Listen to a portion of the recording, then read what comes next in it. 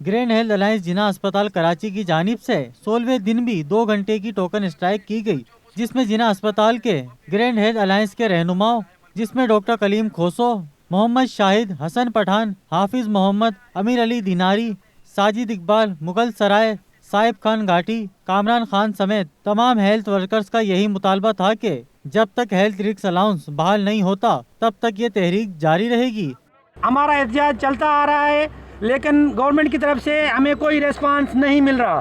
तो तमाम साथियों से मुशावरत के साथ ये फैसला किया गया कि आज तमाम दोस्तों को बिठा के, तमाम दोस्तों से सलाह मशवरा करके और अपना जो लाएमल है वो हम ऐलान करेंगे कि किस तरीके से हम ये कारवान प्रेस क्लब हो, सीएम हाउस हो, सेक्रेटरी हेल्थ की तरफ हो, वो हम ले जाएं। अलमिया ये है कि सिंध गवर्नमेंट जिस बेहसी के साथ अपने मौके पर डटी हुई है, इसी तरह हेल्थ केयर वर्कर्स के तमाम मुलाजमीन जोश और वलवले के साथ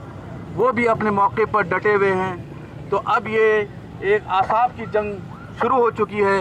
कि मुलाजमीन का जोश वलवला कम होता है या सिंध गवर्नमेंट की बेहसी ख़त्म होती है। हमें उम्मीद है कि इंशाअल्लाह ताला